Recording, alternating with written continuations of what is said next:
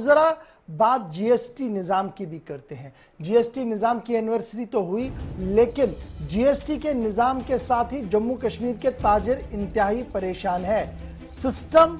इस तरीके का बनाया गया कि ताजिरों को अभी भी समझ नहीं आ रहा है कि सेल्स टैक्स के डिपार्टमेंट के अंदर आते आते क्या फॉर्मेलिटी कहां पर पूरी करनी है, जिसकी वजह से अब बहुत सारे ताजिर या तो तिजारत छोड़ने पर मजबूर हो रहे हैं या गैर कानूनी तौर पर माल को लाने के लिए तैयार भी हो रहे हैं। ये बात इसलिए बड़ी इंपॉर्टेंट बन रही है क्योंकि मुल्क के अंदर जीएसटी के निज़ाम की एनिवर्सरी भी बनाई गई, पीठ भी थपथपाई गई, लेकिन ग्राउंड जीरो की जो सूरत हाल है वो ये है कि टैक्स डिपार्टमेंट जम्मू कश्मीर का जो है वो आज के दिन भी इंतहाई अहम सवालों को नज़रअंदाज करते हुए नजर आ रहा है, जिसकी वजह से अवाम इंतहाई परेशान है। ताजिरों को परेशानी क्या है, ये जानने के लिए सीधे श्रीनगर चलते हैं। हिलाल मेरे साथ ज्वाइन कर चुके हैं। हिलाल, बहुत शुक्रिया जी ज्वाइन करने के लिए। लगातार खबरें ये हैं कि टैक्स का निज़ाम राइज होने से पहले भी खदशात थे और अब ज़्यादा खदशात पैदा हो रहे हैं, और ये ज़्यादा खदशात इसलिए पैदा हो रहे हैं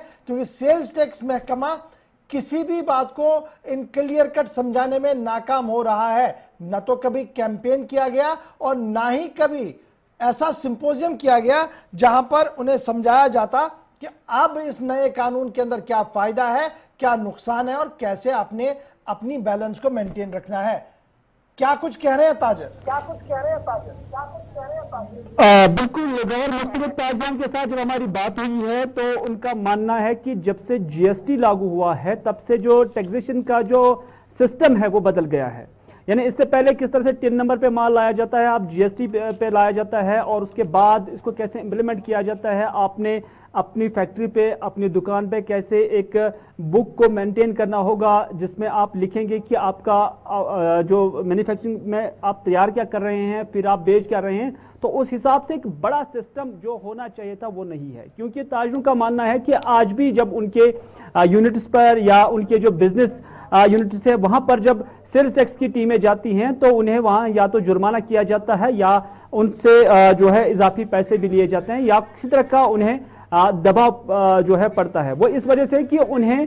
इस टैक्सेशन सिस्टम के बारे में ज्यादा मालूमात नहीं है, इसकी इंप्लीमेंटेशन के हवाले से ज्यादा मालूमात नहीं है। कुछ ताजिरों के साथ हमारी बात हुई है, उनका मानना है कि जब हम बड़े अफसरान के पास चले जाते हैं तो उनके सामने भी उनके टेबल पर बड़े बड़े जीएसटी बुक्स होती हैं, जिसको वो जब उनके पास कोई मसला आता है तो जब तक ना वो पढ़ेंगे खुद तब तक उन्हें समझ में नहीं आता है। तो आम ग्राहक को कहां से ये सारी मालूमात होगी, और टैक्सेशन पहले से ही एक ऐसा सब्जेक्ट है जो हर किसी इंसान की या हर किसी शख्स को ये समझ में नहीं आता है, बल्कि इसमें कुछ एक्सपर्ट्स होते हैं, चार्टर्ड अकाउंटेंट्स होते हैं जो ज्यादा बेहतर तरीके से इसको समझ पाते हैं। तो अब लोगों की डिमांड इस तरह की है कि इस पर सिंपोजियम्स होने चाहिए, इसमें क्लासेस होने चाहिए, और जितने भी रजिस्टर्ड जीएसटी होल्डर्स हैं उनके लिए कम से कम कोई तरबियती प्रोग्राम होना चाहिए, जिस तरीके से भी सरकार उसको चलाना चाहेगी, ताकि उन्हें एजुकेट किया जाए, उन्हें अवेयरनेस दिया जाए कि जब आपने माल इंपोर्ट किया या जब आपने दिल्ली से माल मंगवाया तो उसके बाद आपको क्या क्या क्राइटेरिया तय करना है,